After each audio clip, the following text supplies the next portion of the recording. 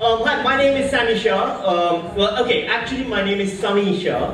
That's how it's pronounced, but I let people call me Sami because they're, I don't want them to be afraid of the fact that I might be a terrorist or something, and let's be honest, there's no terrorist named Sami. Just Sami the terrorist is just a pathetic name.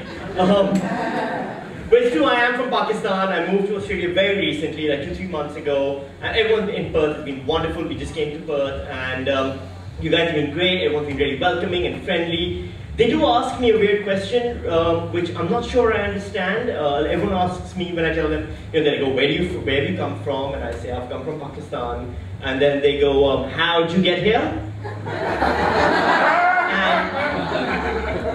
And I tell them the truth. I took the boat a few times. I got sent back. And then but I collected enough miles to upgrade to Qantas, and I flew it.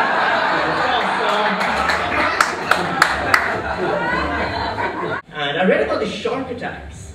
Like, this happened, right? There were 6 shark attacks in 8 months or something. Like, does anyone know about this? Like, it's been insane. Apparently Western Australians are the meat pies of the ocean. Like, you guys are fucking delicious.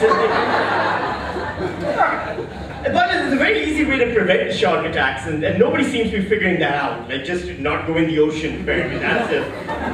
But the Western Australian government was very upset with the shark attacks and the high frequency of them. So they recently had this discussion, it was in the newspaper, where they're thinking of revoking the shark's status as an endangered species.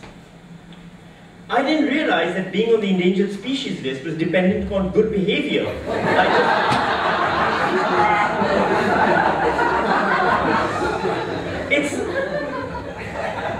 It's not like United Nations sanctions, you understand that, right? Like, you're not going to bring sharks to the negotiating table this way, like, well, we're sorry, all my sharks are Irani, by the way. It's just, we have nuclear bombs, what can we do? Someone asked me recently, they said, what is it like being married for 8 years? And I think the best way to describe being married for 8 years is the fact that being married for 8 years means that when you wish and pray that you die horribly in a painful, tragic, and traumatizing way just to teach your partner a lesson. That's what it's like to be married for 8 years.